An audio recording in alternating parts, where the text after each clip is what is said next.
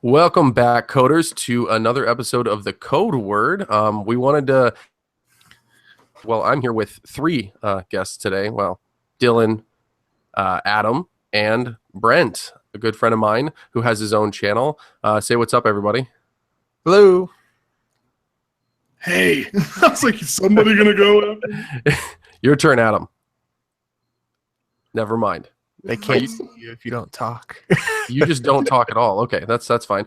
Where can people find you two? You first, Brent. You can usually find me on my channel, which is youtube.com/Kod3word now, actually. Okay, I did Kod3word. switch the name. Yeah, it used to be Aztec31, which so you can still find old videos under that name, but it's under Kod3word now. Okay, and you, You can Adam? find me on Adam SoundCloud as well. Is that what it is? He's straight up muted Are you muted, man? because I know I can see him trying to talk. Yeah. Dang it, Adam. You went and broke this again. This is a classic Adam move. We were doing so good. Go ahead and figure out what's going on, Adam. We're going to continue on. Anyway, this episode, Did you we're going to mute be him talking by about a accident couple today? major points here. The first is going to be kind of the section where we just talk about, what games we're playing, and just kind of some of the highlights, lowlights, honest opinions about things. So let's start off with Dylan. What have you been up to lately? Well, before we jump into things, as the new title of the podcast ensues, we have to go over the code word for the episode. And this one came from last night's stream. It is flower bone. Which Code word is microphones that work. Hey, there it is. We don't get to invent by, code words on this episode. Adam over here. Flower bone. I need a snowball. This snowball keeps going out on me. Oh man. Yeah, so flower bone. Yes. Anytime So someone says that is where you gingerly fuck yourself, which is that's like his second time doing it. He did it once in the Minecraft, and then maybe again just now with the mic. So pretty much anytime you kill a cow, Adam asks you to go flower bone yourself. yeah. Just it's a really, really nice. You take your time with it. Yeah. Very Daintily good. make love to yourself. Gingerly.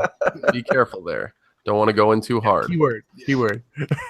Treat yourself right. Okay, so if you guys mention the code word in the comments, we might, give you a little shout out. So go ahead and do that. We'll be watching those live as best we can. So without further ado, why don't you dive into what you've been playing then, Dylan? So recently, I've finally been getting back into doing the Rise of the Tomb Raider. I've been making some more videos that'll be coming out soon. Really enjoying that game. It's my first time doing a playthrough or playing it at all. It sat on the shelf because Natalie was playing it for a while, and she got dibs since it was bought for her. I couldn't steal it from her right away. And then I'll be getting into some ukulele this weekend, which I'm really excited for. I've only played the tutorial first 10 minutes, and I'm excited to actually get to play the game. You've been excited for that for 3 months straight. Yeah, well, I had a baby, so things got put on hiatus. Yeah, Keith, you should know. Come on. That's true. It's been a while. You know what? 2 years. I forget about that Very part. true. Yeah. Anyway, what are you thinking about Tomb Raider in terms of what's your favorite part so far? What stuff that you feel so far I like that they added side missions and stuff into the areas compared to the last Tomb Raider. They just feel like they opened it up a little bit more, and I like that ability to either streamline your play or dive around and have more fun, get all that. They still have all that background info and backstory and everything, but it's nice to have little side missions and side objectives. It's pretty open, right from the beginning, isn't it? Yeah. It was after the first big mission. Yeah. Yeah, it was maybe 15-20 minutes of open mission and cutscenes, and then they throw you right out there. So it's been really fun so far, and I'm just excited to be putting out videos from it. Very nice. Yeah. How did you play much of it, Brent? I actually bought it a couple of months ago, just see if I could run it on my PC, and I was like, "Yo, this is so good!" Because I got a new graphics card. Oh fuck yeah! Yeah, I got the 980 Ti. God, what? Damn God damn it! Yeah, it's so good. No, but I was like, let me see if I can run this. I'm like, okay, this is actually super smooth. And from the bat, I was like, I loved the first Tomb Raider.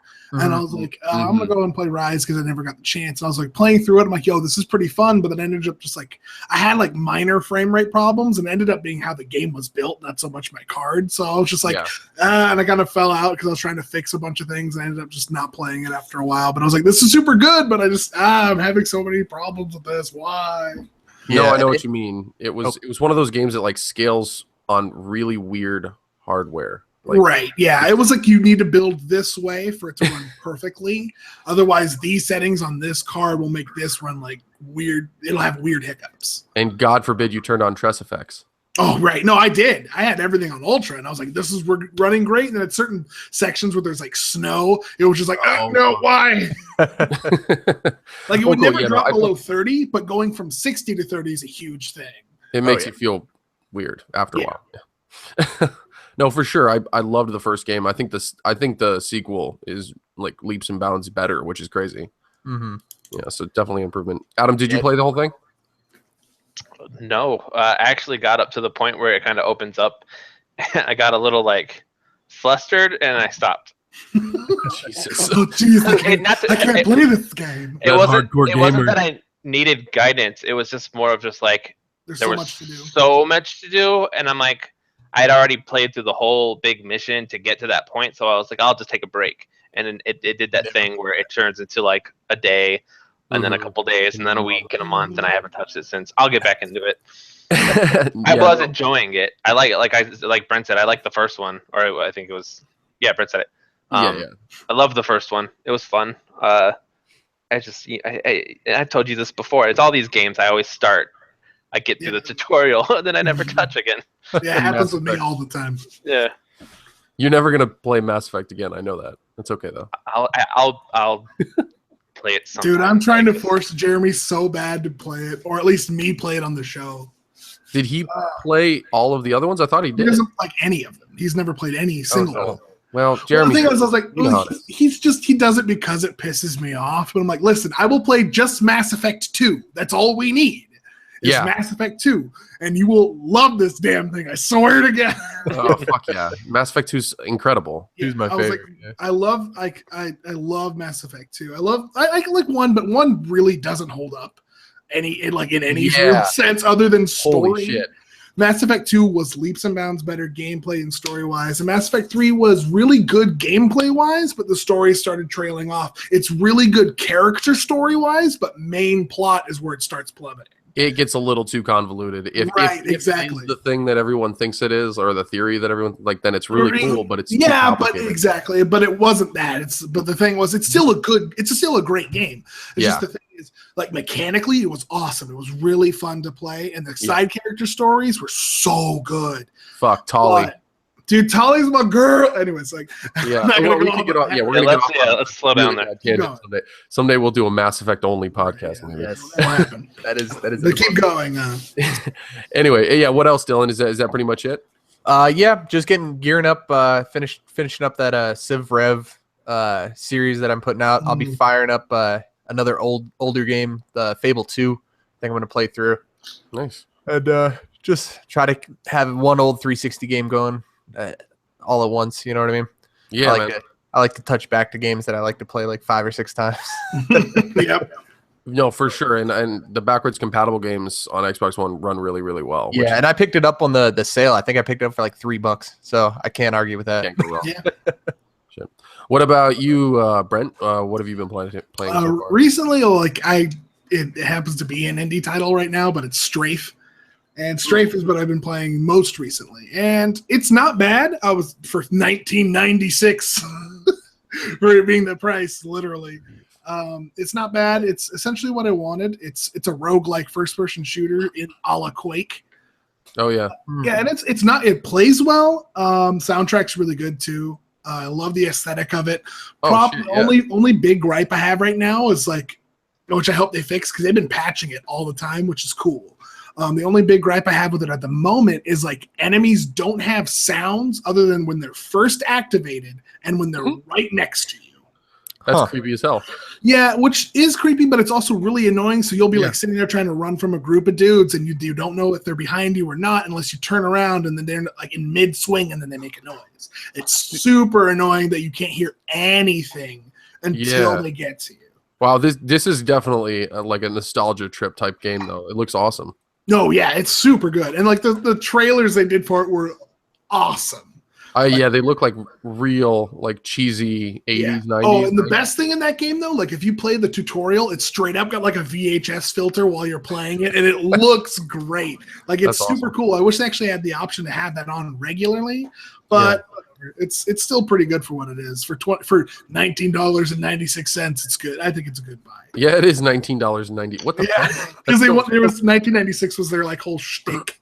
Oh, okay, I get it. I see. What you're saying. And then other games I've been playing is like Kingdom Hearts 1.5, 2.5 remix for the PS4, and I just picked up like 2 nights ago Rune Factory Frontier for the Wii. Oh, okay. What's that?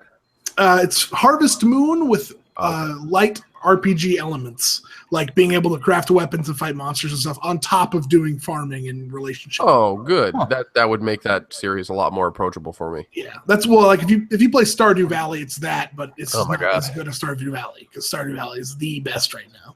Yeah. No, I need to play Stardew Valley. I'm waiting for the Switch port. I feel like that's going to be perfect for mobile. Yeah, Nat just got the Xbox port and she loves it. It is so good. That seems like Adam's dream game, just because he likes to sit there and farm shit in Minecraft. Spoiler alert! It's on my top 3 list that we're going to. Yeah. Oh God! You just went and ruined it. I don't even know that we're going to do that. I'm just kidding. Sorry. So those are the 3 main games that you've been playing lately. Those 3 right now, yeah, for sure. Cool. I mean, I've also been playing other stuff like because Tekken 7 comes out next week, and I've been playing Tekken. That's right. Yeah. Tekken 7 comes out June 2nd, and Guilty Gear Rev 2 comes out June 1st. So, like, fuck, fighting game like heaven. Yeah, for sure. Yeah, and I work at a game store now, by the way. So, what'd you say? I work at a game store now, by the way. So that's why I know that. There we go. Nice. It's kind of like the perfect place to be at this point. No, it's really awesome. We do fighting game casuals every Wednesday and Friday. So you just bring your own controller, $5, and you play in the lounge for as long as you want. Nice. I may have to drop in there. Awesome. Okay, cool. And what about you, Adam? What have you been playing? Well, Brent called it earlier. I got hardcore sucked back into Minecraft because of the Switch. I knew it. Jesus. So it got me. I never really stopped playing it. I played it here and there.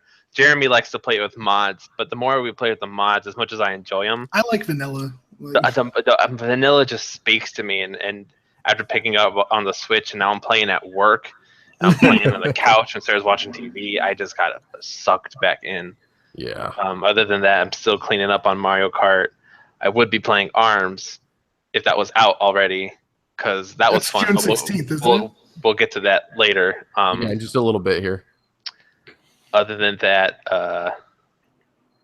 I think I kind of want to go back and play Far Cry 3 and 4 before the new one comes out. I have till February. I think that's on my I just played through 4 not too long ago. Seeing the trailer made me want to go back, especially 3. Holy shit. Yeah, 3 was fantastic. It was so good. I'll have to go back and play that. I might actually, if I'm going to go ahead and play it, I might as well just record it. Maybe that'll do that for the channel. You never played 3, Keith? I never played 3. Are you serious? You gotta remember, I didn't have a 360 or anything. It's like the epitome best one. I know. Everyone tells me that. I need to play it. I'm definitely going to figure out a way to play it. So it's going to happen. And then you should play Blood Dragon after that because it's great. Yes. I've heard that's really, really good too. That was free like 2 months ago on Xbox. Yeah. Yeah. The last Far Cry game I even touched was oh God, which one is it? The Primal. Don't say it. Oh. And it wasn't. I'm sorry, Adam. I couldn't even get into it. No, don't get me wrong. It wasn't the best one. I liked it because I liked the Far Cry series, but it wasn't the best one. No, Primal actually was kind of garbage. It was like, even for me, I legitimately bought the game because I could get saber-toothed tigers, yo. Yeah, that was cool. Like, that's it, though. The thing is, like, you can't, as much as it was a full game, like, it was an experiment. Yeah, it was. Yeah, but I mean, like, so was Blood Dragon, and that was less money, and it was a funner game. Yeah. For sure. Because it actually didn't feel. I don't know if it felt like. You know what I mean? I don't think it feels like a reskin. It looks so goddamn different and plays so much with so much different pace. Only reason you know that game is a reskin for Blood Dragons because if you played 3, you know the island. Yeah, you know the island. Yeah. Okay, cool. Which was the same argument for Primal. Primal is not a great game. I like it because it's a Far Cry game, and I like the Far Cry series. Yeah, exactly. But by no means is it the best. But 3 and 4, like that's my top 1 and 2. Like, 4 is really good co-op, actually. Yeah, it is so fun co-op. Oh man, I'm gonna dive into that a little bit with Far Cry 5 because there was some new information. Oh yeah, the whole game for 5 is co-op. Holy shit! Yeah. We'll get into that in a little bit, but like, I'm really excited for Far Cry 5. It got me like pumped for Far Cry again. Honestly, 2 was the last one I played for real, and I loved 2, and most people didn't. So I'm 2 probably is gonna good. love It's just malaria sucks. Yeah, fucking malaria. Oh. You know what they could have done to save Primal is if they just embraced the fan theory that it was like the ancient version of Far Cry 4. Wasn't it the same fucking map basically? Oh yeah, that's but they did that. But I was also saying they did the same thing with Blood Dragon, right? Blood Dragon, and no one complained there. But I'm saying like probably because it wasn't a full $60. Yeah. Oh yeah, okay. And they publicly denied it, and like they could have literally just been like, "Oh yeah, that was our idea." What are you talking about? Yeah, whatever. Like they're the first company to ever do anything like that. No, I'm not saying that. I'm not saying. No, right? No, it's understandable. But either way, like Primal wasn't a bad game. Yeah, no, it wasn't the best game. Like it did feel like it should have been spin-off though. Mm-hmm. Yeah, exactly. Maybe like exactly. Maybe a little cheaper or something like that.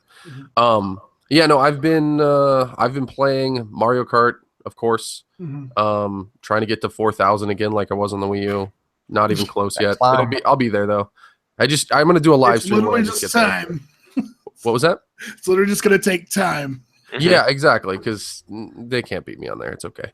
But then I also have been playing Minecraft, of course. I've been kind of addicted to it on both platforms. I never played it on Xbox. I never played it on Switch. I tried a little bit on PC when some people tried to make me play it. I was like, it wasn't for me. Yeah. Well, I was wrong. It's great. I love it. I was like, I have it on PS4. I literally bought it on a whim because I like Minecraft a lot. But I was like, man, I can't play this on PS4. I'm just gonna go back to my PC version. I'm getting more used to it because me and Sarah, back when we met, we played the Xbox 360 version. But then I got hooked. I built her a PC, so we started playing on the computer. So going back to console was a little bit of a change. But I think I got the hang of it again. So I kind of like them both. Yeah, I just love that I can be able to take it into any room. It's like a really good time waster game. Like for sure. If I can't pick a game, I end up booting up Minecraft and playing it. So, and then I've been playing a little bit of Zelda again. I'm doing another playthrough of that. Yes, like my second one, I think. I guess technically the third because I had to restart my second one, but whatever. And what else? I think that's it. I mean, other than ARMS, which we got to play today. Adam and I got to try out the Test Punch, which I thought was a stupidly funny name. And honestly, I only got to play for like 25 minutes, but it like pretty quickly clicked with me. It was harder than I thought it would be. Oh yeah. Not because it was hard to control though, right? No, the controls were. I don't know if it's 1-for-1, but the controls were pretty much dead on. It was really fucking responsive. Yeah, it was like if you go into it with the mindset of like, oh, this is just Wii boxing, you're in for a surprise. Yeah. There's a lot. There's a little more to it than that. Like, yeah, and I found myself not using the dodge or the jump buttons at all. And I got my ass kicked when I didn't do that. When I started beating people's ass. So, but only a little bit. Like I'm still very. I won about half the games I played, and I played. That's probably where I was. I don't know, by the end. Maybe 10 matches. Some of them were volleyball. Oh, volleyball! Did you get fucked up in volleyball every time? No. Oh, I lost every single one. Really? I'm really bad at that mode. Oh, Senpai Adam, so good at volleyball. Jesus Christ. Well, I'm never going to face you in volleyball. Apparently. He watched Top Gun before he played, so. Go Goose. Oh, man. Yeah, no, it was really fun. I just think the motion controls actually work. Like, which, obviously they felt good, yeah. I did try with traditional controls, by the way. Did you? You can do that. Yeah, it was already enabled and everything like that. It's fucking weird. And I got my ass handed to me, even though it was like slightly more responsive, obviously, because it's physical controls. It was awkward. You felt almost like grounded a little bit too much. Can you curve the punch? You can, but it's with a stick, which is also your movement. And it's like, if you use the right stick, it switches targets. That was the only thing that I felt was easier. When you're in like those 3-player battle modes, I didn't like 3-player. I did a 2-on-2 team mode one. That one I liked. That's cool. The 2-on-2 was really good. The 1v1v1, that was weird. I played a 4-man battle. I didn't play a 3.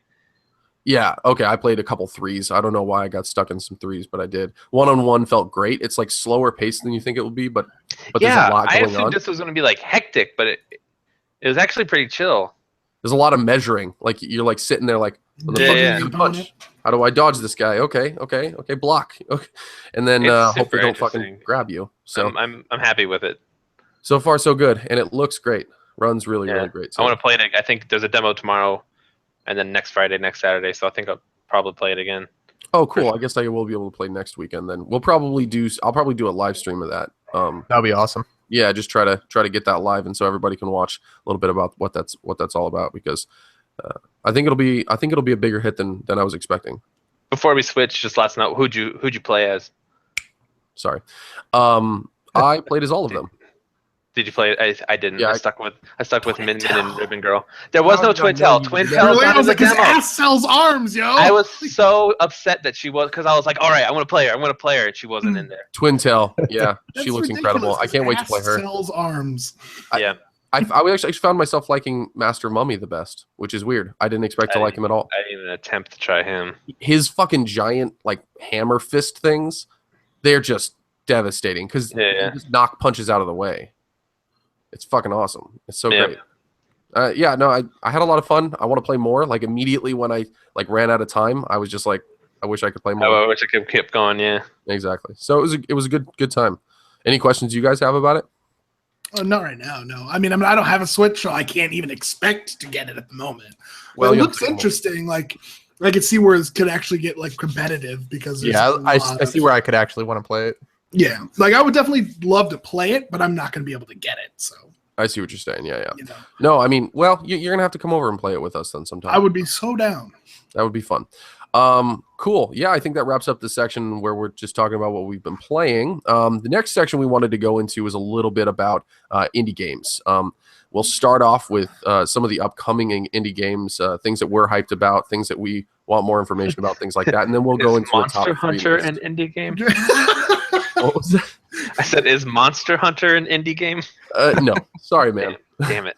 You can quickly mention Monster Hunter. Go ahead. I'll save it. I'll say, okay. They announced a Switch version of Monster Double Cross. Mm-hmm. There's no US date yet, but the Switch is region free, so it doesn't even matter. Yeah, exactly, it's true. Usually, there's usually a lot of people who import the Japanese games anyway. Yeah. So worst case scenario, you buy it in Japanese, and someone will have a translation. That game doesn't even. You don't even need to read anything. Yeah, you have monster pictures, and you already know how to play. Yeah. They're always the same exact controls. Yeah, so that's gonna be, because I have Generations, because there was Monster Hunter X, which over here was Generations, and then Japan got Double Cross, which is basically the updated version. But we didn't get that one, so this kind of like Generations Ultimate sort of a thing. Yeah, so we'll be getting, because that's what happened to 3.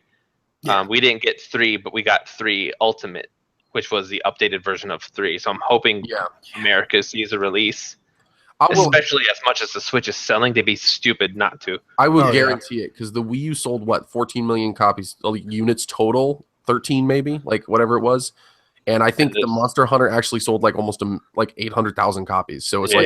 It was a really good sell. Yeah, it was one of the best attach rates of most games. Like other than Mario Kart 8 and Smash Brothers, like it's up there. So I was reading comments. A lot of the comments were like, "This is the game I'm buying a Switch for." Yeah. Like, I would totally get a Switch for it, just because I'm like, it's like perfect. Like I loved playing it on the 3DS for like Monster Hunter 4. And like if I had a Switch, I'm like, now I actually have it run at a decent rate. It looks good, and it's not even the rate. It's like I loved playing on the 3DS. God damn, is it just like difficult? Because with that nub, with with the nub and the fact that it's small.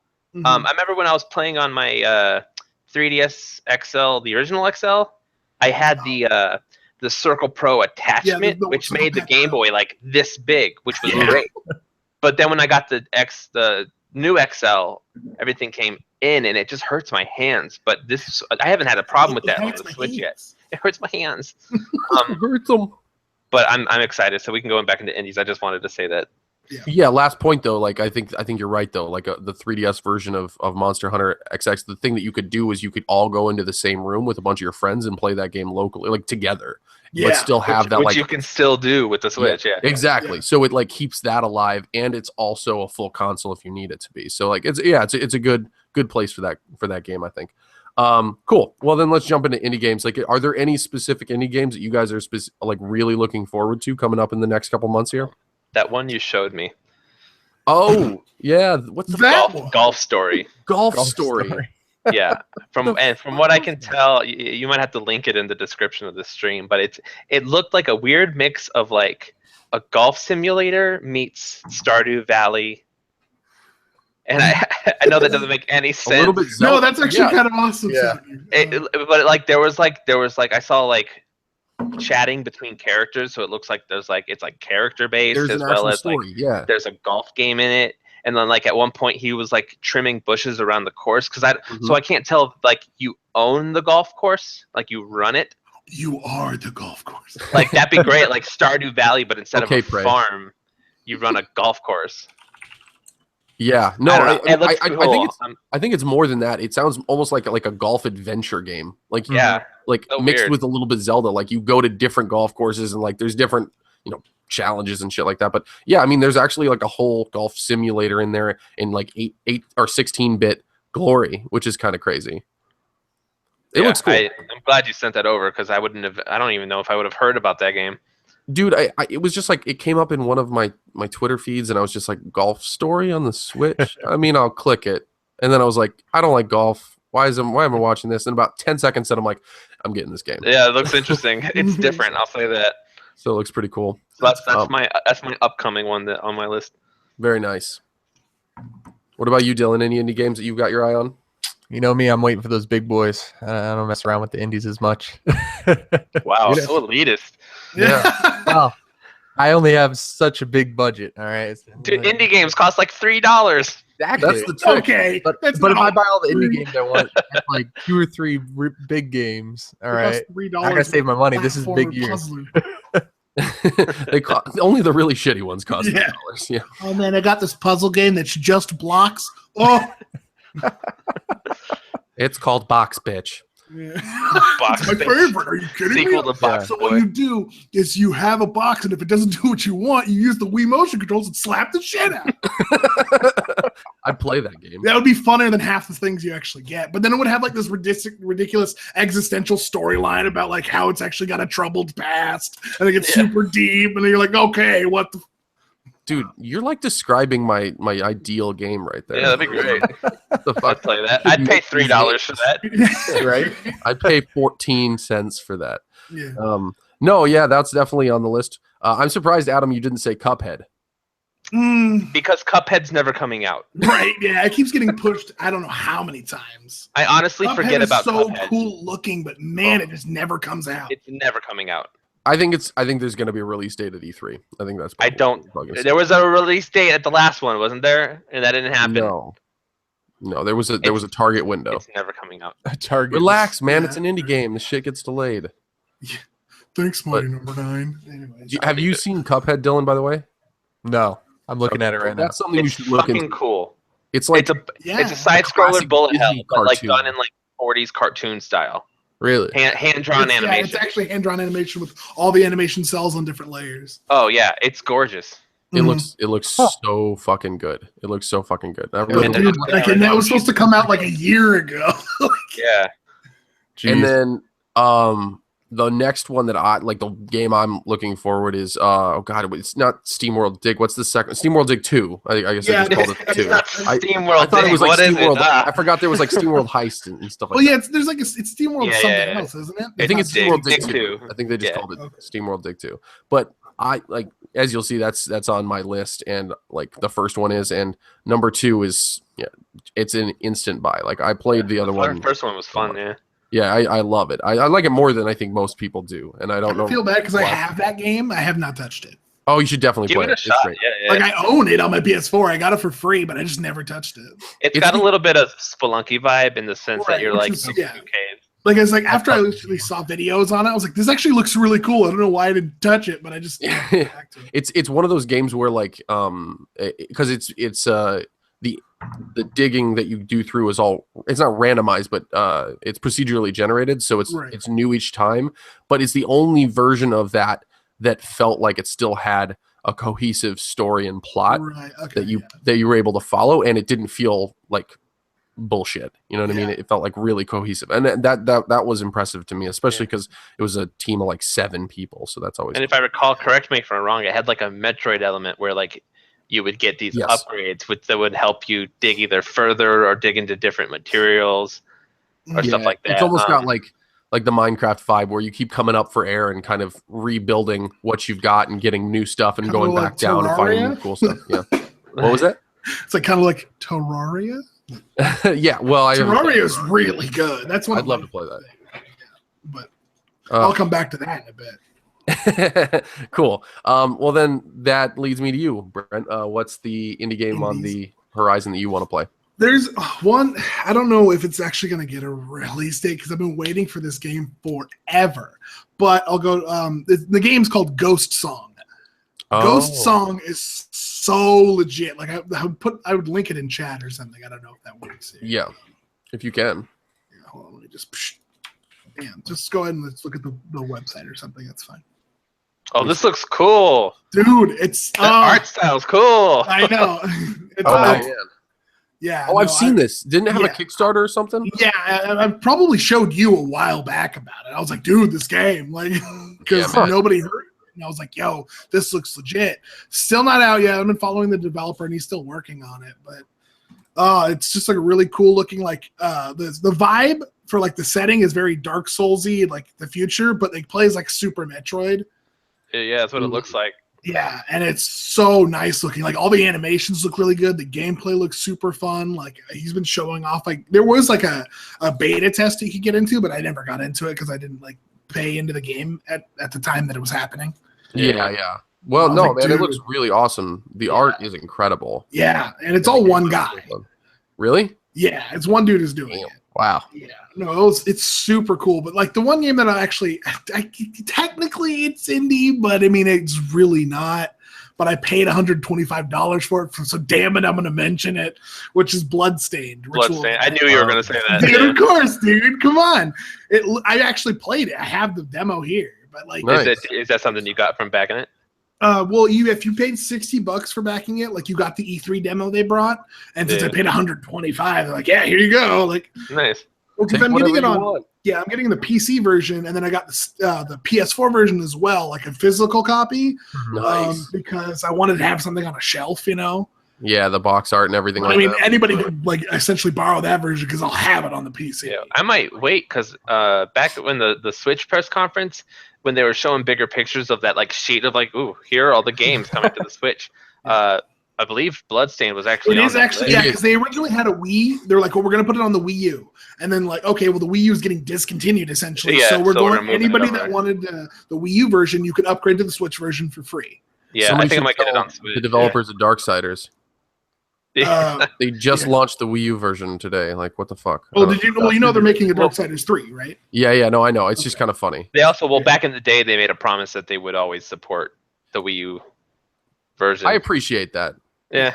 I don't play my Wii U anymore, but I appreciate it. I really liked the system, but it's over. Yeah, so like Bloodstained, one of the games coming out, and just like another mention for the Switch, Enter the Gungeon, which is one of my favorite games, is coming out for the Switch as well. Enter the Gungeon, what's that?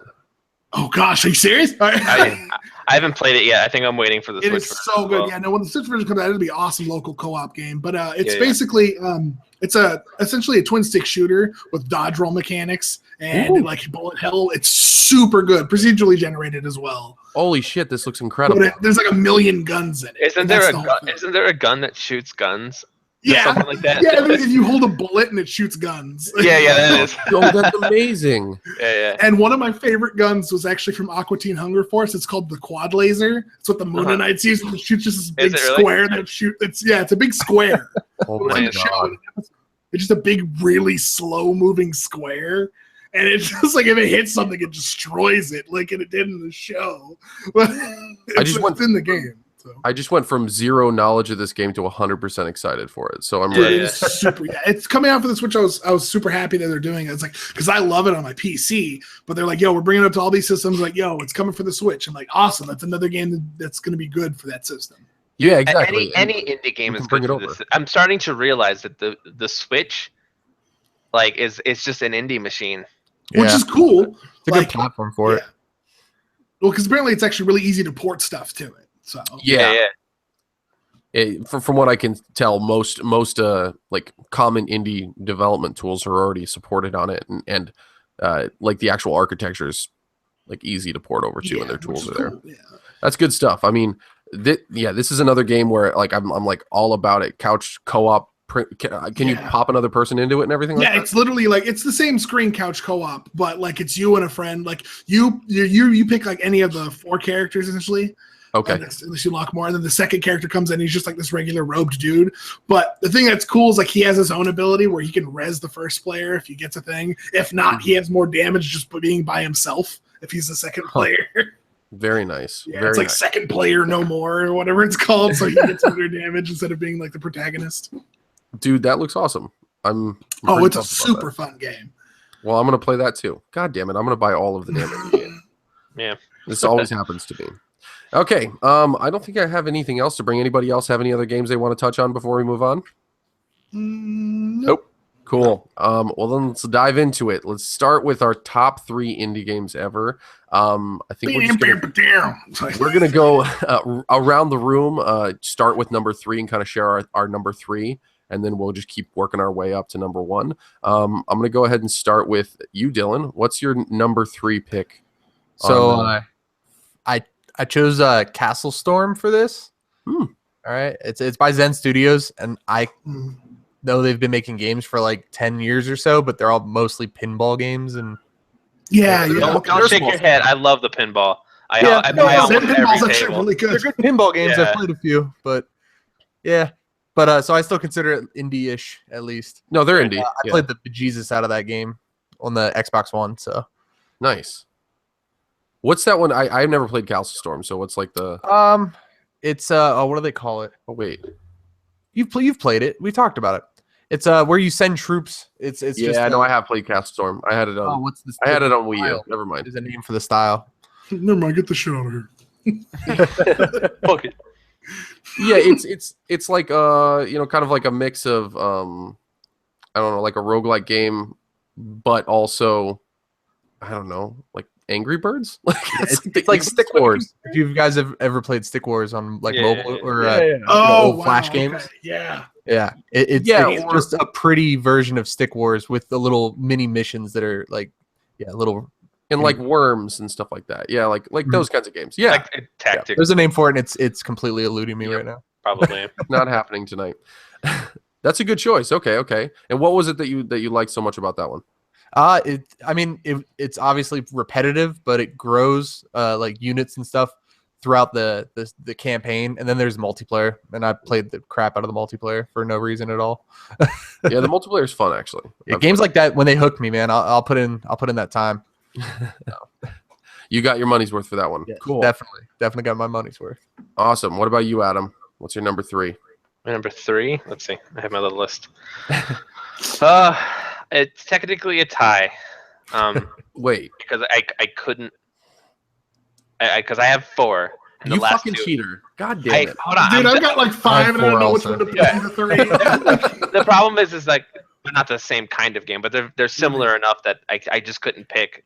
So the pick goes to either Titan Souls or Rogue Legacy.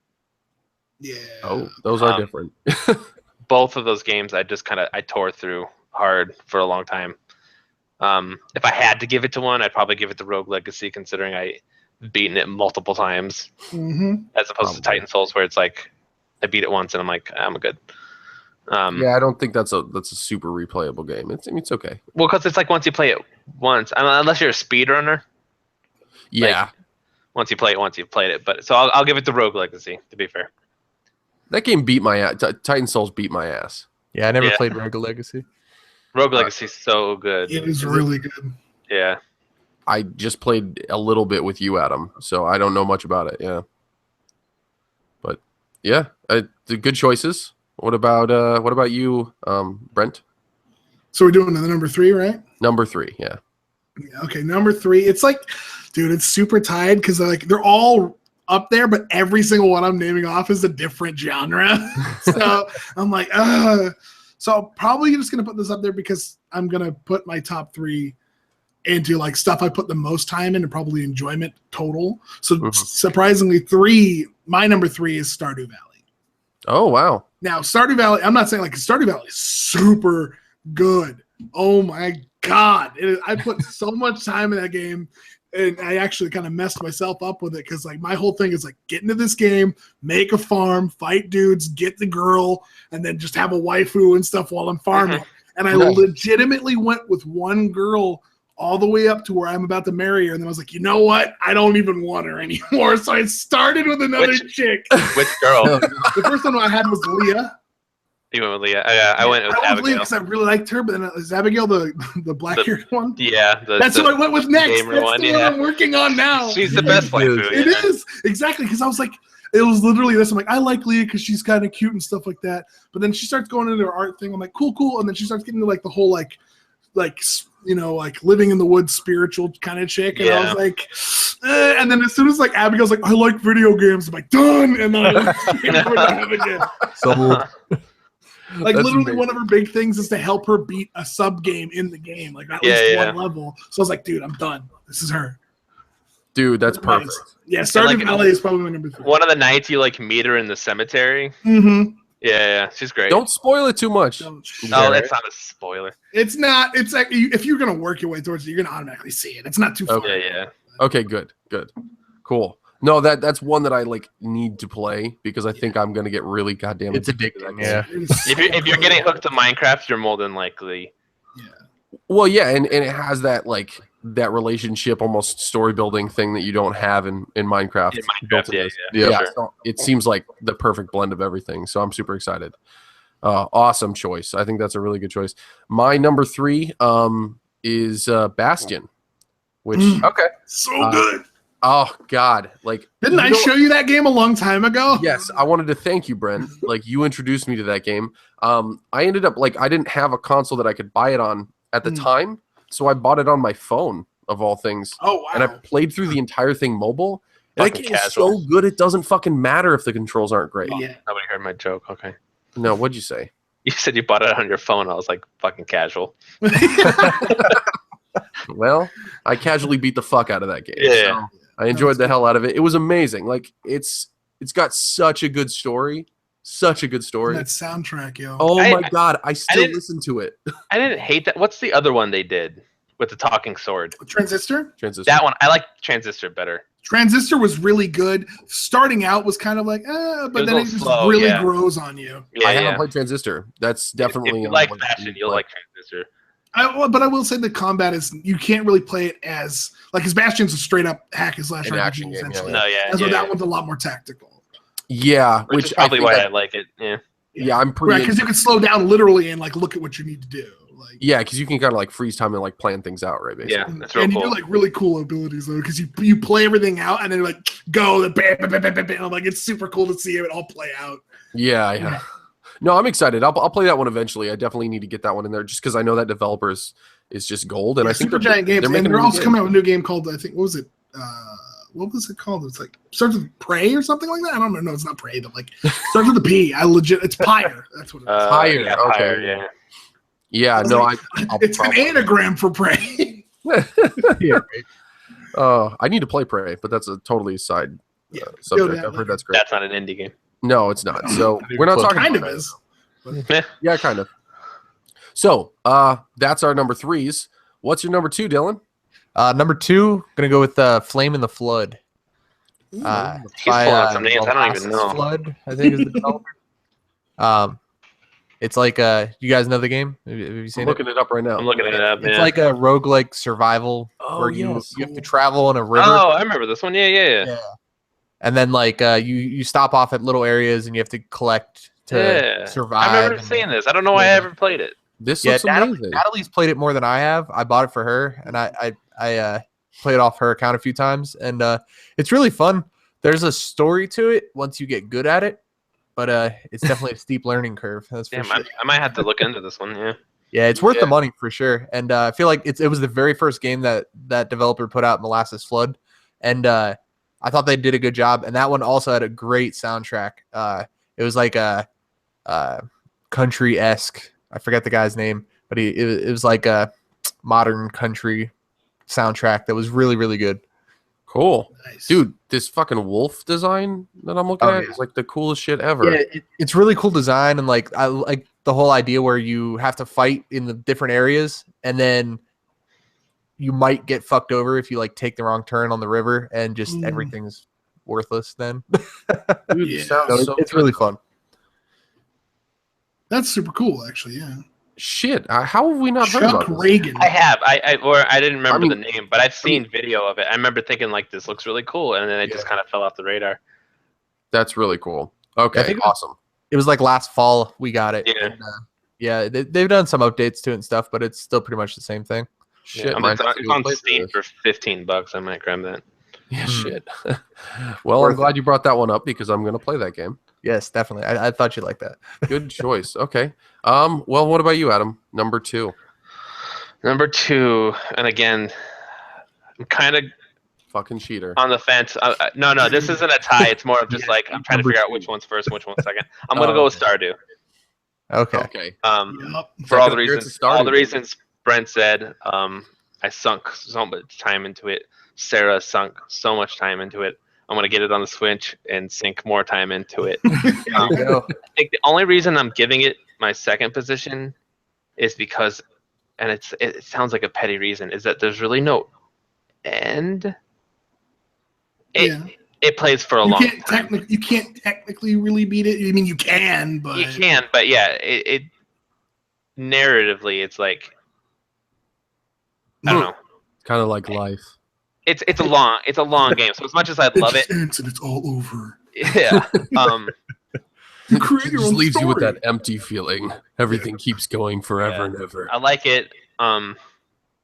He's doing a great job. It's one of those games, and I don't know if you know this. It was just this one dude. Yeah, he's just making this game. Guy. Yep. And it's impressive when you know that because it's so packed full of just things to do. Yeah. That's insane that was only one dude? It's one guy. Does the music, the game, the animation, everything. I have this dream that all these indie developers, these really good ones that are coming out, like Supergiant Games, this guy that made Stardew Valley, like they start becoming like these almost like second party, like mini studios that have like more clout, like they used to have in like the 90s in gaming, where you had like these like not AAA studios, but they made big time games and they were popular and they sold well. Like second party, like Rare.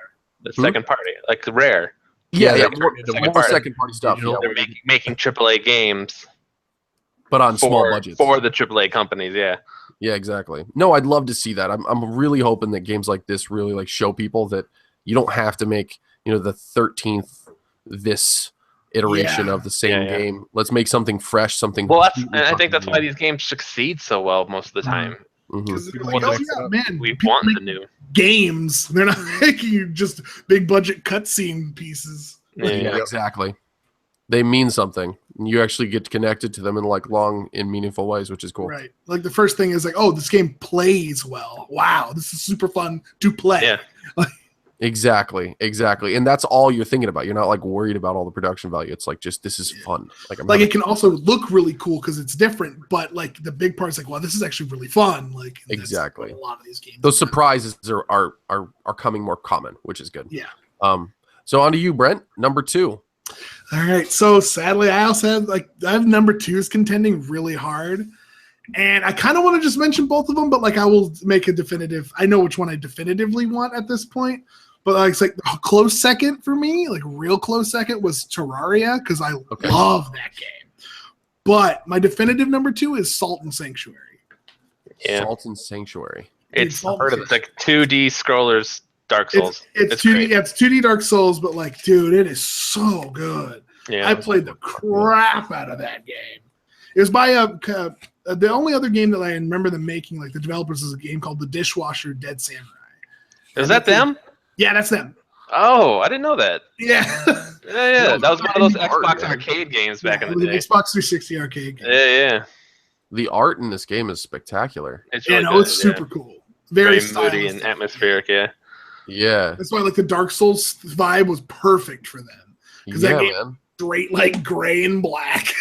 Yeah. Yeah, there's like 3 colors in it, and they're all green, gray, and black. The only reason I was saying Terraria is because I've sunk over like at least 300 plus hours in Terraria alone. But Salt and Sanctuary grabbed me from the start. Like I was just like, yeah, I watched like Jeremy play a little bit because I heard about the game coming out, but then I actually got it and I was like, yeah, and I just never stopped. That's awesome. Like Salt and Sanctuary is my definitive number 2. Good choice. It seems like a pretty fun game, and again, it's one of those ones that would probably, I'd probably give it a chance just because I've never heard of it, and now I'm looking at that, and it's like art style alone already grabbed me. Now I just have to watch a little gameplay. It's hard, but like it is super rewarding feeling when you beat it. Like at least when you're going through it, and like just like beating enemies and stuff like that, in like a bunch of different ways. Giant skill tree if you really want it. But I was just like, dude, it is super satisfying to play. Very good. Okay, cool. Well, then that brings me to my number 2, which is a exclusive Wii U indie game, Affordable Space Adventures. This is one of those special games that like only works on the Wii U. Like it was. It actually just can't run on anything else. No. Well, basically, it's not like that impressive looking or anything. I'm messing with. Oh yeah, no. The Wii U isn't a powerhouse here. Come on. Only the raw graphical power of the Wii U. 6 Xbox Ones taped together. You don't understand. This Wii U gamepad's actually got like the Necronomicon in it. Like it's insane. This is just no. We're using the full uppercase U. They shoved the 1080 in the gamepad. It's amazing. Maybe you can help me describe it though, Adam. Like basically the concept is like you have this like jalopy-esque spacecraft that you get sent to this supposedly paradise of a planet and then find out that it's a nightmare and your ship crashes and everything like that. And all of your like abilities are broken, but it's a couch co-op multiplayer game. It's very much a couch co-op. Basically the person with the gamepad is I don't know, quote unquote, like the captain. Yeah. So they have control of like where the power of the ship goes to, whether that be like acceleration or steering or lights. And then in the meantime, the other players using traditional controllers control those systems. So like one person steers and one person controls the light, which is actually like integral to like solving puzzles. Yeah. Or like that can also work on PC because mouse clicking. Yes. But like it could. That sounds really cool. It's one of those games. It was really fun. Yeah, it's a good game to like try to like rack your brain together with because some of the puzzles are pretty tricky. Like the way you have to time things, like it's really like you end up catching yourself almost being like you're acting on a Star Trek bridge and you're like, hey, navigator, cut the engines or whatever. Right. And like you're screaming at each other because you fucked up and then you died. And so it really gets fun. I just remember me, Jake, and Adam playing through like, I don't know, like 90% of it. Yeah, we got far into it, yeah. Yeah, it was a lot of fun. It's not a really long game. It's not well known, but it was a team of like 6 people and, it's really really well made. And honestly, one of the few games that even told me that the Wii U like gamepad made a huge difference. Yeah. There's like maybe 2 other games that I think we're better on Wii U specifically because of that setup. So, and this was one of them. So that was why it takes my 2 spot, and I don't think enough people played it. Sad. Cool. Nice. Now we're on to the number 1 spot, and Dylan, what is the game that takes your top spot? So I chose this one because of the amount of hours I put into it, as I typically do when we make lists. So 7 Days to Die. I knew it. No, like it's a zombie game. So I played a Risk of Rain.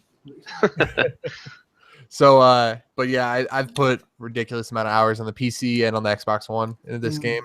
And I think it's the Fun Pimps is the developer. I know it's backed by Telltale for the console versions, but it's still only a few people that are actually making the game. They put out like weekly YouTube updates, and they're really involved with the community, which is really cool. So, Fun Pimps. The Fun Pimps, yeah. It's creative. It's very creative. But yeah, they're little videos that they put out, and they do like live chats and Q&As a lot.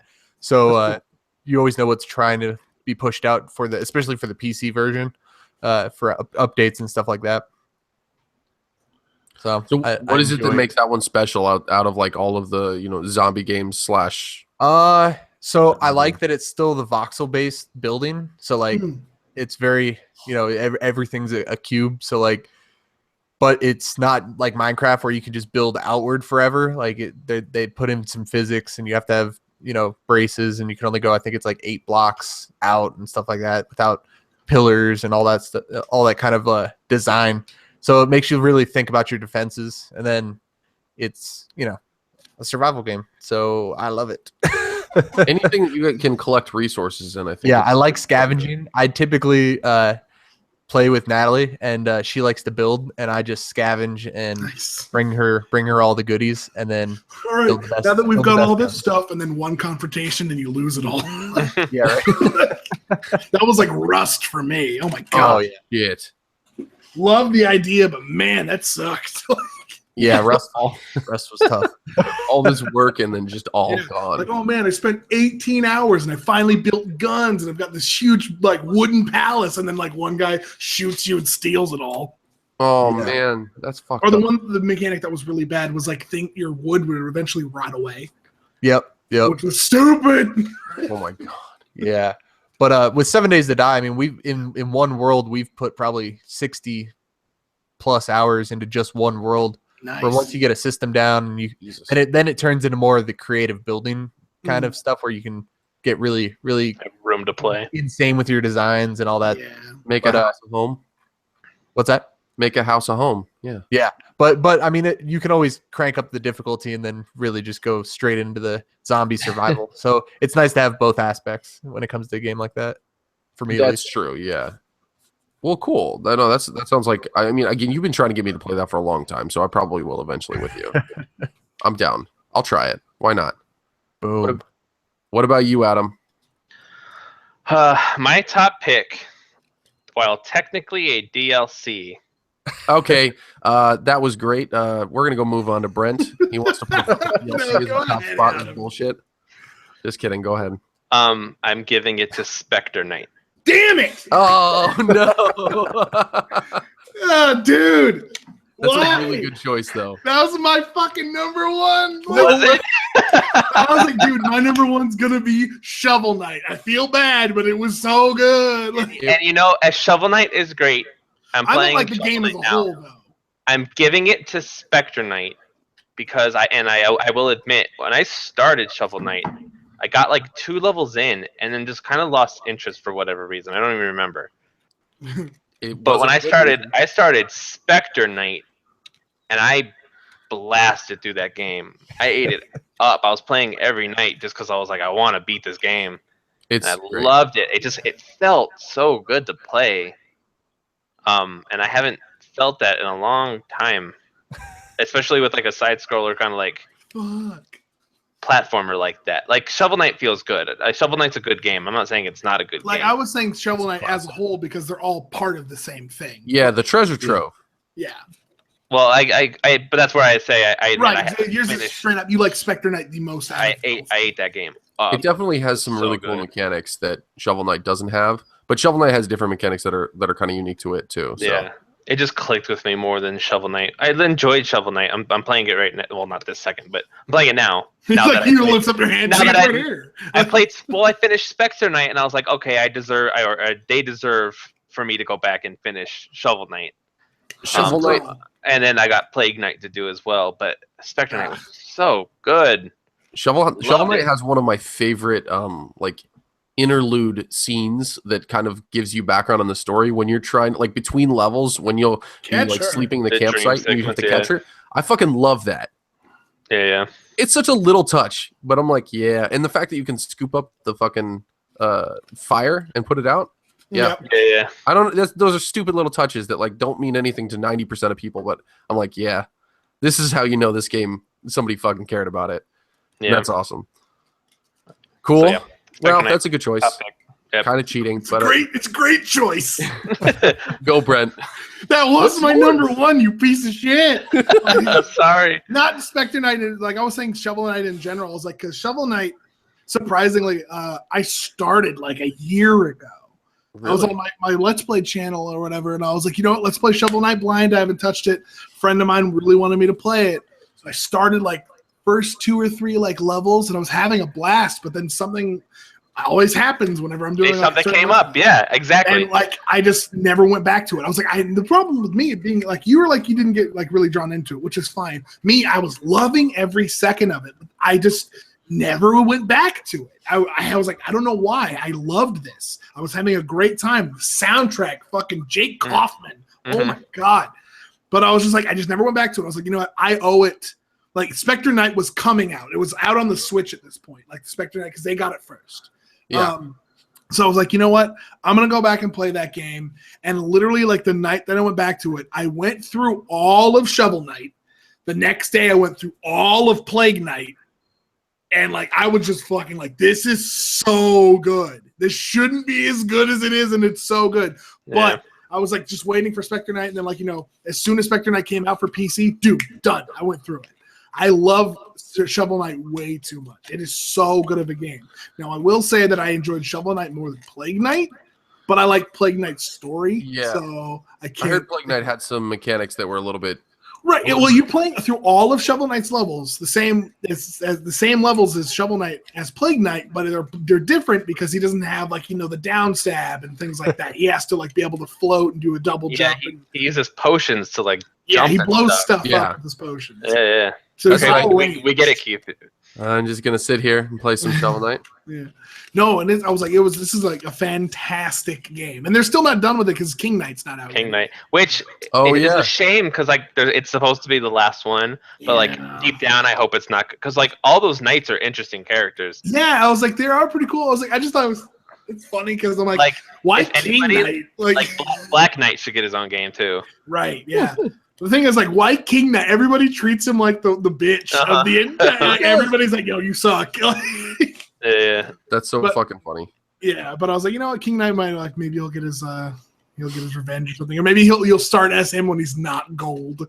Like, that'd be really cool. Yeah, like it's like a build-up story. Yeah, because his whole thing was, like, being gilded and just being rich and stuff. So. Oh. I'm excited, man. Like, I love the way that they're able to kind of almost flip it on its head. Like, like Spectre Knight managed to make Shovel Knight feel like a brand new game, even though you're playing almost the same levels basically in a lot of ways. Well, yeah, the levels are very similar, but I love how even the Jake Kaufman remixed it to make the songs feel prequely. Yeah. Like, exactly.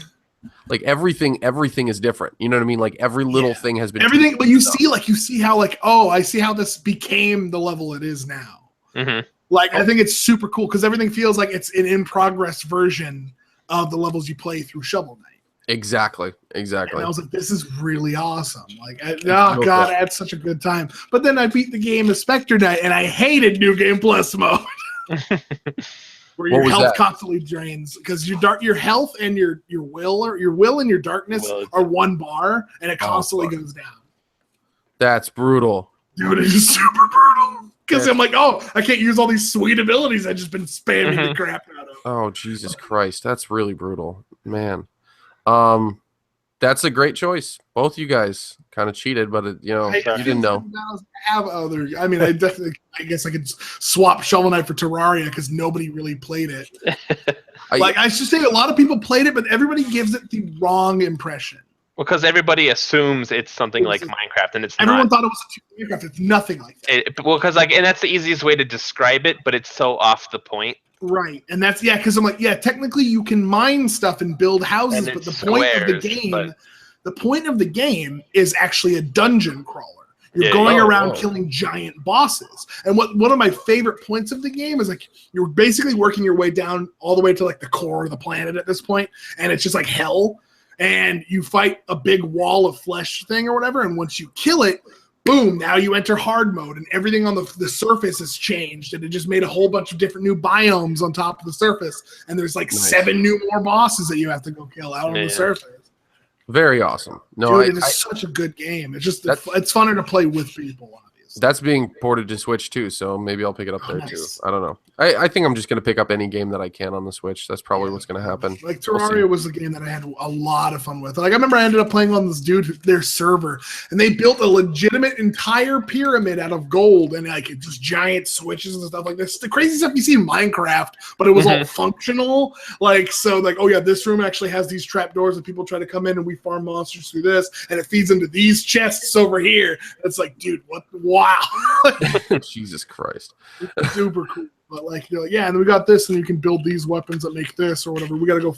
And there's like random events, like a meteor can crash into the ground, and you could farm it for items.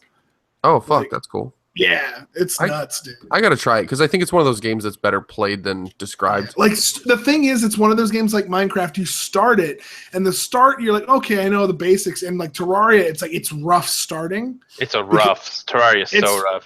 It's a rough start because you're like, I don't know exactly what I'm supposed to really do. As for Minecraft, it's like, go ahead and just build stuff or whatever. You can kind of go and do what you want. You have like your main, that now you actually have a main goal in like survival, like, kill the Ender Dragon thing, get to that point. As for Terraria, they're just like, okay, you got to like go down here first or go over here. But you're like, I don't know what I'm doing. Well, that's awesome. No, that's a good quick sub for number one. So good job there. I'll take that. And then my number one pick, SteamWorld Dig. I think you could have guessed that because I told you it was in my list. Oh man, this is one more list. Yeah, and you didn't say it yet. So. It's my favorite indie game I've played yet. I'm sure it'll eventually get dethroned, but hopefully by 2. But it's procedurally generated like dungeon crawler type thing. Again, it gets compared to Minecraft in a really really dumb way. Well, I mean, because it was that Minecraft was the big comparable. Yeah, exactly. Yeah, it's like it's hard to avoid that when that game got so big so quick. Right. I pulled up some lists. That was kind of the goal for some companies. They wanted to be like the quote unquote next Minecraft, but well, started throwing that term around like crazy. Money wise, it means great things for your company. Right. I like a lot of these lists that I looked at just to kind of see like where people understand where compared to my list was like most of them put Minecraft as number one, and I'm like, it was an indie game when it started, but it's the farthest thing from an indie game anymore. Yeah, well, Microsoft owns it now, so it's technically that's that over. Game is, well, that's what I'm saying. Like, but that's technically because Minecraft, it's still like in its barest form. It is still the game that it was when you first got it. It's not like you open up the game and they're like, "Yo, microtransactions. If you buy this new Microsoft sub pack, you get like, you get to play as Master." I only say that because it's like name another indie game that went on to get purchased by like a big company for millions of dollars. Not many. A lot of these studios don't want to sell. Like the only thing that I was going to put in like one of my top 3 just because it's a game that I played too much of was Cave Story, and like Nintendo gave them rights to put that on their systems and stuff too, but that's still an indie game. Yeah, that's coming back out too. They're going to be releasing that like the 12th. Good. Well, no, that's a great list. Like, I think this just shows that there's a lot of indie games that people need to play, specifically you, Dylan. So get on that shit. You say that, but he named 3 games I had never even heard of. I know, and they were pretty damn good. So. Anybody here play Banner Saga? Huh? No, I never did. Oh, I played it. That's what I was like, Dylan. I was like, the games that you were naming off, I'm like, Banner Saga is probably a game he played. Yeah. Both Banner Sagas. I tore those. Oh, yes. Okay, so you like indie games. You just don't realize that you're playing indie games half the time. I realize I'm playing indie games. Ori and the Blind Forest, anyone? Okay. I played that one. I got into that one. I had to get Jeremy into that. I was like, dude, I know this game looks pretentious, but Ori and the Blind Forest is legit. Yeah, it grows on you. It looks really good. I never got a chance to play it. It is one of the most beautiful like Metroidvania games I've played in a while. Well, it is so like the art style is beautiful all the time, and it works well. Like it's ridiculous. Nice. I know a couple podcasts I used to listen to all the time wouldn't shut up about it, and I was just like, okay, talk about something else. But now I'm realizing that they were right. Yeah. Now I need to play it. And like recently, I was playing the closed beta for the Gwent card game. Nice. Yeah, but like that's not. It's still made by that's Project Red. No, so it's CD Project Red is their own thing though. They're an indie studio technically. Yeah, I mean they're not that big. In a sense, because like it's CD Project Red. It's not like EA featuring CD Project Red. Yeah, that is true. CD Project Red is one of those studios that they're an indie company that's got money on their side. Is basically what they are. Yeah, but I mean, it still feels really indie. Like I think they just opened the public beta, but yeah, in the closed beta, it felt really really like they've been. There's a few people working on it, and that's it. Like the game that they're coming out, I can't wait for Cyberpunk. I was about to say, yeah dude. Witcher's fine. I'm playing it because we got it on Witcher 3 is really good. But Cyberpunk is probably going to be way more up my alley than Cyberpunk's gonna be insane. Yeah, I haven't gotten a chance to play Witcher 3. I'm eventually gonna boot it up. I don't know if we can actually count Witcher 3 as an indie game anymore. I just looked at its budget. It was $81 million. Like, it was Witcher 1, and then that didn't really have much, but people fell in love with it. Witcher 2, which is way better of a game. Oh yeah, Witcher 1 is fucking unplayable today. Yeah, I couldn't play. 2's rough still. 2 is rough, but it's much better. You can still play it. Like I played through it about a year ago, but yeah. And then Witcher 3 is phenomenal. 3, it's like I'll just stay here. Yeah, no, for sure. Exactly. I've replayed 3 twice, and I'm working on my 3rd playthrough right now. Nice. Well, I guess I have to play it now. God damn it! There's like 20,000 games I got to play. Of course there is. Dude, I've got my Steam open because I was like, when you asked me, like, oh, by the way, on the spot, I got to pick some indie games. I'm like, oh god, what do I got? I have just open up all the games. Well, like shit, one of these games is an indie game that I never got to play, and I own it, called Galaxy. Oh, I've heard of that. Yeah, and it looks super great, and I wanted to play it, but I was like, I just have it here. Oh, you know what? I want to change my first pick. I want to change my first pick to Mount Your Friends. You know. That game is fucking terrible. No, you'll switch it to genital jousting. Yeah. I know genital jousting. Yeah. Oh my god. Have you heard, oh no, Star Wall was really fun too. Was it Star Wall was fucking a blast? Yeah. That game is super goddamn fun. Yeah. Those games are like almost bullshit though that they exist because they're like they're so simple. Need to exist. They need to exist. The most indie of indie games. Anyway, well, let's move on because I think we could talk about indie games for another hour if we let ourselves. Yeah, I've got so many right here just lined up that I forgot. Like Delver and like, oh my god. Yeah. Well, either way, we're gonna dive into a AAA game, which is coming out, Far Cry 5. Go right into Far Cry 5, baby. Yeah. Back into So, you guys all watched the trailers, I'm assuming? I watched the trailers and the extended trailers. Yes. So many times. You saw the character trailers too, you said? Yes. Yeah. So, which one intrigued you more, the main trailer or the character trailers? The character trailers. I watched one that was all 3 combined. Like, it was the character trailers and the last one was the actual trailer. So, it was really good. Oh, that's a great, like master trailer I need to see. But I mean, the main trailer is amazing. Yeah, it's good.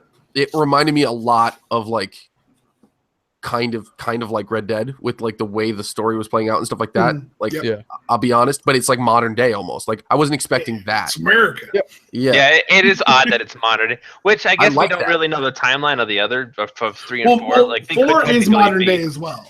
Yeah, it's just like I guess it's modern day in a area that we're familiar we're not in the Himalayas, so we don't know. Like, this is like we could drive like a completely different world because the issues that they're dealing with, like the religious issues and the racial issues, I'm sure they're going to be dealing with and all that stuff. It's modern day in a what if situation.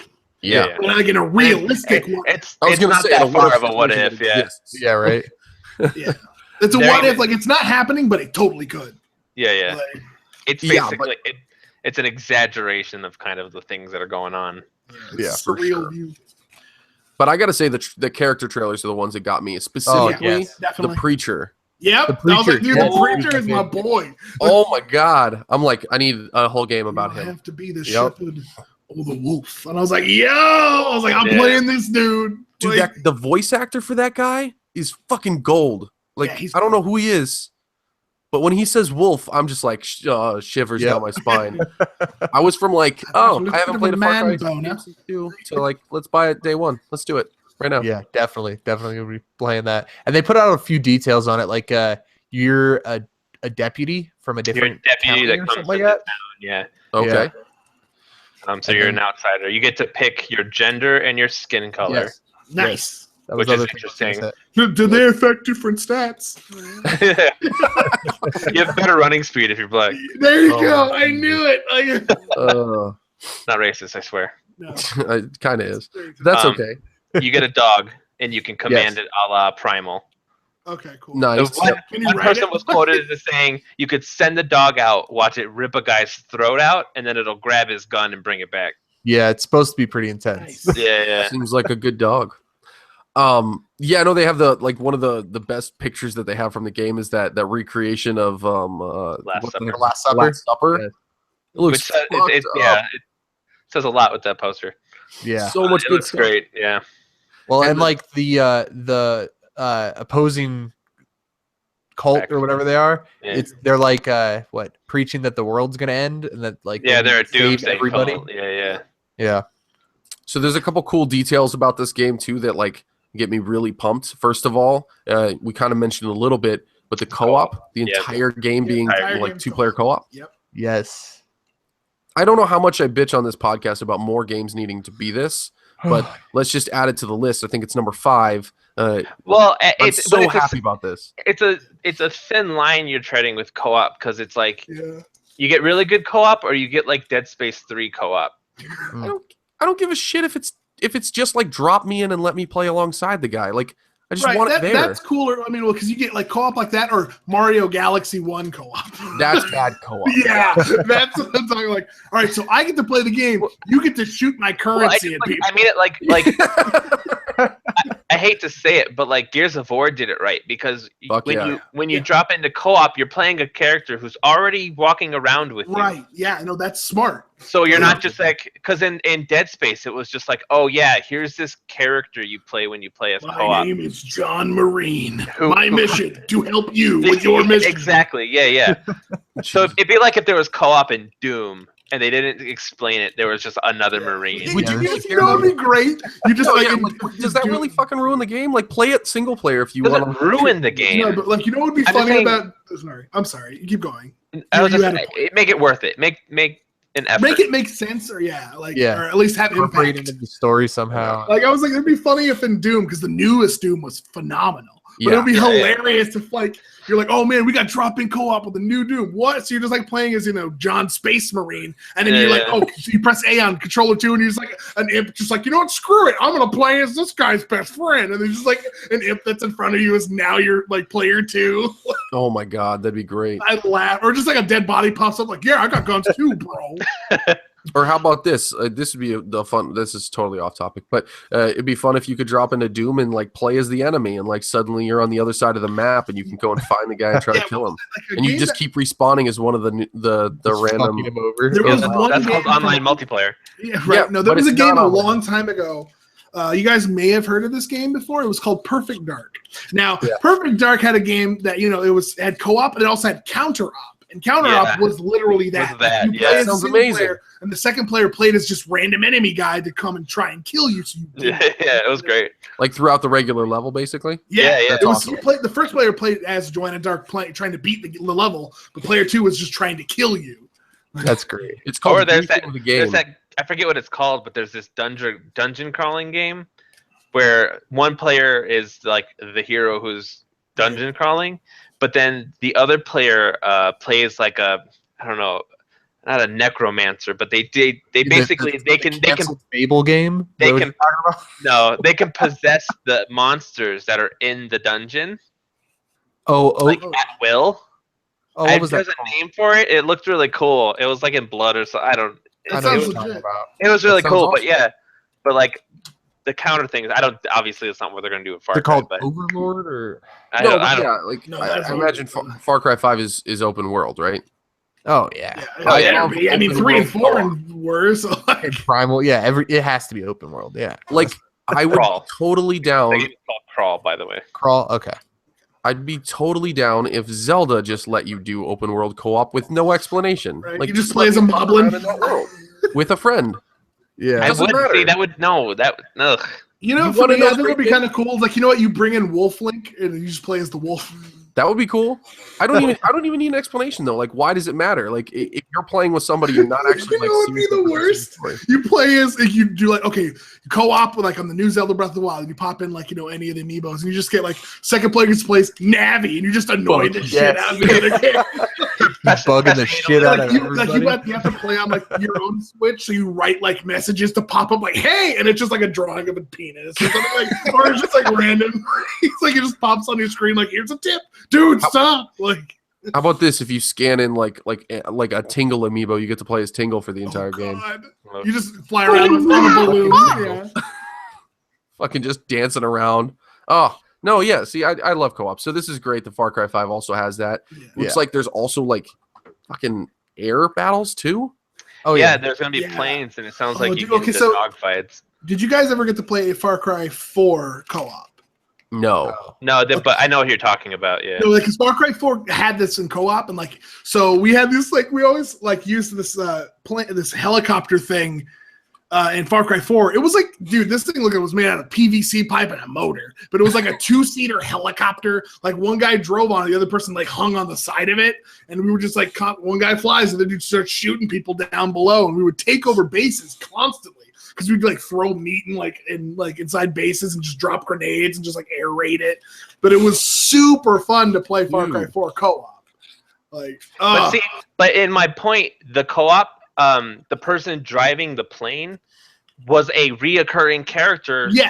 In that game, which goes back to my point. It's like if you're gonna do co-op, make it make a little bit of sense. Yeah, so like, rather than just like, yo, by the way, I just found a gun. So like those character trailers, like if it's correct, and those are like NPCs that you can bring over to your resistance. That's like if you play co-op, if you could play one of those characters, choose which one you want. That'd be awesome. That actually, I thought they talked about that. That's what they said, as far as I remember. I think. Well, they have. From what I heard, they're NPCs that you are going to befriend. Because I remember, sorry. You're coming into this town, and you basically realize they're gonna be mission givers and stuff like that. So you're building a resistance, and those are like the key kind of people. Like I was listening to some people talk about it, and like, they have their own traits, like. Each that you play. I don't think they're playable because they said specifically like this is your character. You're a cop. I mean, like I thought, like the co-op guy actually had like a ring. That's what I'm saying though. So like once you meet these people. Yeah. It'd be nice if like your friend could pick one. Yeah. And then play as that person. I feel like you might be reaching on those characters. Maybe there's other smaller characters. I'm sure there are. Just from watching the trailers. To be honest, like now that because you said he plays like a deputy or whatever, it'll probably be something like you go into your truck, it's like call for backup, and you just have Deputy 2. Call for backup. Like, I need backup over here. We can send one person. What? And then you just come up player 2. It's like, what up? Here come that boy, and then he just fucking pulls up. Because no shit, on a motorcycle. Jesus. From what I got from those character trailers was more like the mission types that they're going to be giving you. Yeah. Because like if you listen to what they were saying and stuff, like the chick in the bar, you're gonna go fuck shit up with her. Like the preacher dude, you're gonna go save some people, and the plane, you're gonna go destroy it. And that's a very Far Cry thing to do. I could see that. Yep. Primal was like that. There were certain Four was like that with the gun running. What was his name? The fucking crazy. Oh yeah, I don't know. He had a weird name. Yeah, but you know what I mean. Like they all they're like they had their thing. Yeah. So that's what I got more from those trailers. I mean, they're awesome NPCs though, regardless. Yeah. No, and it looks like they gave them good backstories. Like honestly, like what Adam was saying is like Far Cry knows how to make a good villain. But they also seem to be making really good heroes in this one, like good side characters that you want to root for and like back up. So I'm pretty excited about that. The other thing that I was noticing, oh God, what was it? I had it up here. Do you think they'll have a 5-minute win like they did in Far Cry 4? Dude, that was so awesome. I'm sorry. I love that. I did that shit on accident. I love that was an option. Oh, in Far Cry 4, like in the beginning of the game, you get captured by literally the antagonist of the game. And he's he's like, okay, just wait here for a bit. I'm gonna go do some things. Try that crab rangoon; it's delicious. And he's got you in his house. Like you're like, he was expecting you, and he kind of takes you into his place. And he's like, I gotta go torture a guy. I'll be right back. Yeah, essentially, yeah. And then he leaves, but you could literally sit there and wait for him to come back. And he comes back. Like he's like, hey man, what's going on? Glad to see you here. Crab rangoon's delicious, isn't it? All right, so let's go do this thing. To the end of the game, yeah. Yep. What? Really? Oh yeah. He's like, skips the entire game. That's fucking cool, actually. I love that. Yeah, I was like, this is super cool that they did that. And he's like, yeah, because the whole point of the game was like doing this thing. And he's like, I'll take you where you're supposed to go. Yep. This is what we're supposed to do. And you go, and you're like, all right, here you go. Here's the ashes. Like, all right, now let's go fuck shit up. And then it restarts the game at that point. Well, shit, maybe I'll do a play that's only that. Like, just get all the way up. That was episode 1 of Far Cry. Thanks for tuning in, guys. Yeah, exactly. It'll be my see you on the next series. Yeah, right. 100%. Should just do that. No, but this one is going to have a map editor again, which is kind That'll of be awesome. Yeah, there were some cool. I remember I never played them myself, but I've seen YouTube videos where people made some really cool, like almost like you could call them challenge levels, really. Yeah. Like stealth challenge, like kill all the people without getting spotted, kind of shit. Exactly. Yeah. No. That's really And cool. I mean, going back to Far Cry 1, map editors have been in the game and they've always been really, really in depth compared to like their competition. So like I'm on board. Like I'd love to see this again. They always do good settings, and I think we were talking about this last time, like the concern that Red Dead is going to be coming out in a similar period as this. Not and worried. now it's I said I'm not worried anymore. No, Oh exactly. yeah, now Like, that it's present day, there's no problem. yeah, I think it's totally different, and it completely scratches completely different itches. So I'm pretty excited for that. Yeah, but I do think it's going to be going like right up against Red Dead, unless Red Dead gets delayed like it always does. So we'll see. Yeah. And then a big thing that I saw on the after the trailers came out, I think it was on Kotaku. They were saying it's going to be the most weapons and the most amount of Cars. upgrades for the weapons, which I already figured they were going to expand on the weapons. But like, if you think back to Far Cry 4, I mean, after all the DLC and shit, there was a fuck ton of weapons. Yeah. So it'll be nice to see you know, a large variety plus upgrades for each weapon. Yeah, I'm curious. I'm curious how they're gonna do upgrades, because in every game before this one, it's all been hunting animals. Yeah. Well, there's animals in this. I mean, there was the bear and there's a bear. The bear. But I mean, like, yeah, I know. We'll see. I didn't see like and they're having, tigers and tapers. The Come on, player's appearance has upgradable stuff too. It said so. It'll be interesting. It'll be cool to see how they kind of tie that in and expand on that. Yeah, you know, like that the only problem I personally had with like Far Cry 4 though was like it did have a lot of weapons and stuff like that, but like I only use the bow. Right. Well, I mean, like I would use weapons where I'm like, okay, I want this one. This one's cool, and I was like, I had no incentive to grab really more than 3 Anything or 4. else. Yeah. Like I was like, this is. I was like, you have 4 at any time, but you have like your sidearm, your main arm, your another main arm, and then like the third main arm or whatever. Which was like, okay, But I guess boom.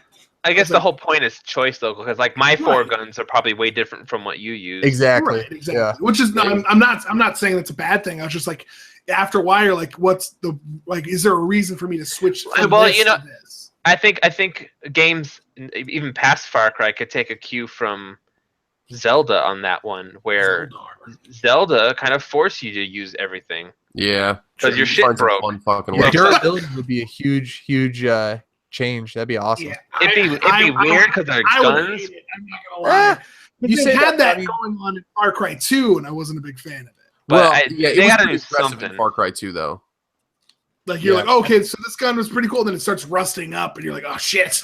And honestly, if that's what they want to do, then at least give us a way to like repair the weapon. Yeah, and one of the things that you'd find in Far Cry 2 is that like you'd actually like start running out of guns because they start rusting so quickly, or you'd find so many shitty versions of certain guns that like it wasn't worth it. So like what Zelda did was it made it that like almost every time you got to a new place, you found brand new weapons that were really cool, that their durability got better as you got better into the game. So it stopped being monotonous at the beginning. Like by the end of the game, you pretty much have your like set of like 10. And you have enough in your inventory that you can always swap out if you're really getting tired of one. And it balanced it in a way like I thought it was going to be bad, but it actually pulled off. I feel like with like weapons like rifles and pistols and stuff, they could have like it could be affected by the amount of rounds that you fired. Like, and then you could just use like a cleaning kit. And I was like, but if you don't, it has like a percentage that it might malfunction or some bullshit. Right. Yeah. I was like, what I was gonna say is like they do the rust thing again, having like a polishing kit. I'm fine. Yeah. There you go. Done. Yeah. Even if it just only extends it, at least you can like keep a gun that you really like for a little bit longer. Yeah. Or like honestly, maybe rusting out completely sucked. Like maybe it's a whole side thing that you have to do, and like it's a little bit of a process. But if you really like the weapon, you're gonna go through that process. Farm it up and, So we'll see what they do with all that. But it's cool that they're doing that much customization. You know what I mean? For sure. Like I love customization. I'll guarantee you they don't do that in this game, but that's okay. No. I don't know. You're talking about like America, like I think it'd be cool to like skin a AK with just like the American flag. No, I'm not saying customization. I'm talking about degradation. Like, they're not going to have degradation in this game. Yeah, like, it's not gonna happen. You said I don't think they're going to do what we were just talking about, not the customization. Yeah, the customization is definitely going to be there for sure. Come on, you can't get yourself like an M4A1 with an American flag on it. You're going to have it dirtied up from all the Mongols you shoot. I was going to tell Brent this earlier. We were talking about Far Cry real briefly.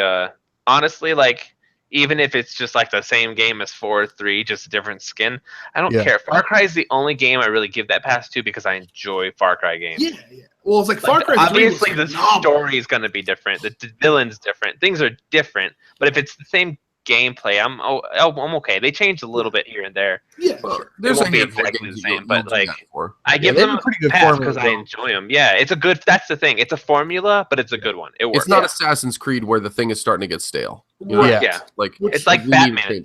Batman just got better as it went, but it was mostly the same formula. Yeah, here's the thing. I was like, I wanted to bring this up randomly, by the way, because it is coming out this year, which is the new Shadow of Mordor game. Yeah. Yes. Dude.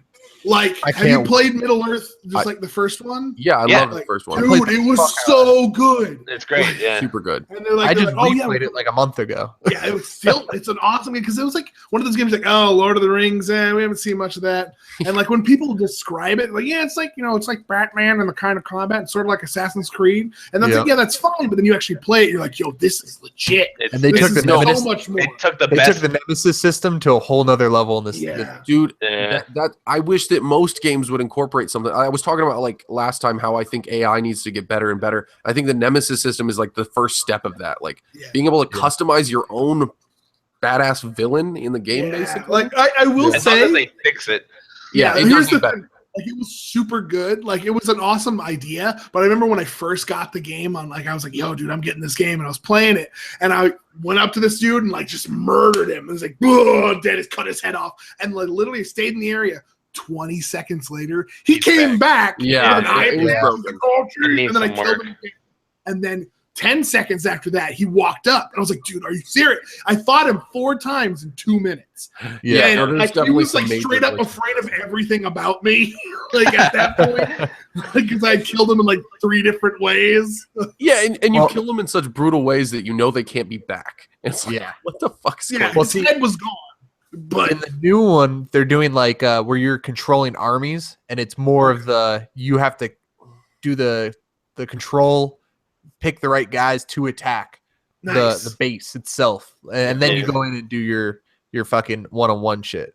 Yeah. So, but I did like that you kind of felt like you started having these guys that would like almost come after you, like they would build up grudges, especially if you got killed by somebody. That motherfucker would get strong real quick. Yeah. And so that was kind of nice that the difficulty would like adapt. And there were whole areas that you would try to avoid at certain points just because you knew he was a pain. Yeah, you're just like, oh, fuck him. No, one thing I will say, I was like, I really liked that game. I actually just wish it was bigger and had more to explore with. Yeah, it was really fast. It was really fast, and the thing was like, you're like, dude, this is super legit. But the biggest like main first map was really samey. Like it was all gray and like kind of like dead grass sort of stuff, and you're just like, this is cool, but I wish there was a little more to this. And then you get to the next area and you're like, oh, this is kind of different, but pretty much the same.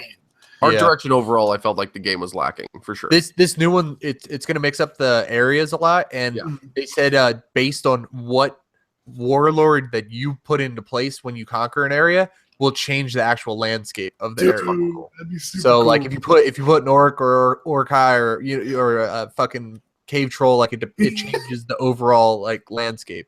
You get a cave troll, it's just like flowers everywhere. Yeah. Like it's just like super beautiful looking. It's just like, what? This place is ruined. Like, oh man. You put me in charge. Yeah, you have this like flamboyant leader that you just put over there. He's got the whole place done up. It's really, really nice. It's super ridiculous. Like, really, really handsome. There's just rhinestones everywhere. The Rhinestone Palace, yeah. Just like a giant bedazzled castle. Well, I think we're going to have to call it here. We've been going for about an hour and a half, guys. Oh, yeah.